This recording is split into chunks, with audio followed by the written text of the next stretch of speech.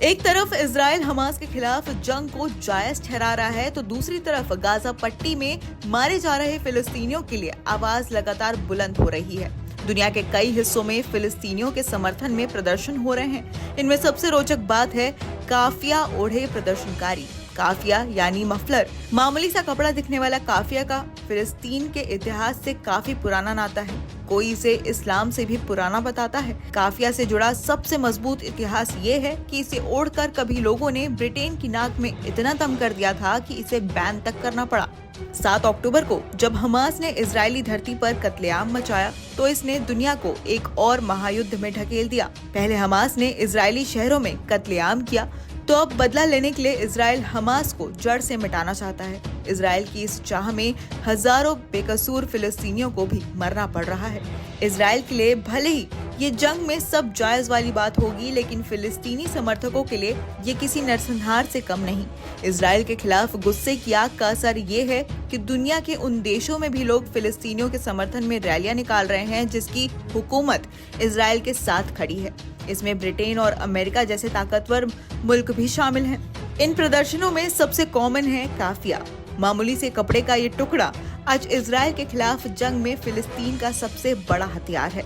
विभिन्न प्रदर्शनों में लोग काफिया ओढ़कर गाजा में शांति के लिए फिलिस्तीन के प्रति अपना समर्थन दिखा रहे हैं। काफिया के इतिहास के बारे में बात करें तो काफिया की शुरुआत कब हुई, इसकी सटीक जानकारी मिलना काफी मुश्किल है, लेकिन इतिहासकारों की माने तो इसका चलन 7वीं शताब्दी में शुरू हुआ था। हालांकि कई इतिहासकार इसे इस्लाम से भी पुराना मानते हैं। इसके नाम को लेकर ऐसा कहा जाता है कि इस पहनावे का प्रचलन इराक के एक शहर कूफा से शुरू हुआ था, इसलिए इसे काफिया कहा जाता है।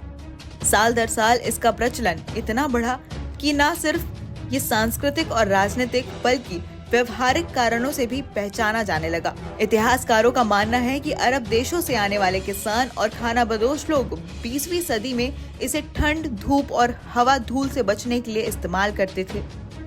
1930 के बाद काफिया का इस्तेमाल व्यवहारिक और सांस्कृतिक महत्व से आगे बढ़कर राजनीतिक हो गया। बात 1936 में महान अरब विद्रोह की है। दरअसल पहले विश्व युद्ध के बाद लीग ऑफ नेशनल ने फिलिस्तीनी इलाकों को ब्रिटेन को सौंप दिया था। ब्रिटेन के राज में फिलिस्तीनियों में आक्रोश था। उनका मानना था कि ब्रिटेन यहूदी लोगों के लिए काम कर रहा है। ब्रिटेन ने यहाँ 1948 तक राज किया। बाद में ये इलाके यहूदियों को सौंप दिए गए जो आज इजराइल में आते हैं। 1936 में ब्रिटेन पर गंभीर अत्याचार के आरोप लगाकर फिलिस्तीनियों ने महान अरब विद्रोह की शुरुआत की। इस दौरान प्रदर्शनकारियों ने काफिया का जमकर इस्तेमाल किया। यहाँ ये गौर करने वाली बात है कि काफिया का उस वक्त इस्तेमाल कोई प्रतीक नहीं बल्कि मुंह छिपाने के लिए किया जाता था। अक्सर प्रदर्शनकारी काफिया ओढ़कर ब्रिटेन के खिलाफ सड़कों पर हल्ला मचाते थे, लेकिन ब्रिटिश सैनिकों के लिए मुश्किल ये थी कि काफिया में उनको पहचानना काफी मुश्किल था। हालात इस कदर बिगड़ गए कि ब्रिटेन को काफिया बैन तक करने की नाकाम कोशिश करनी पड़ी।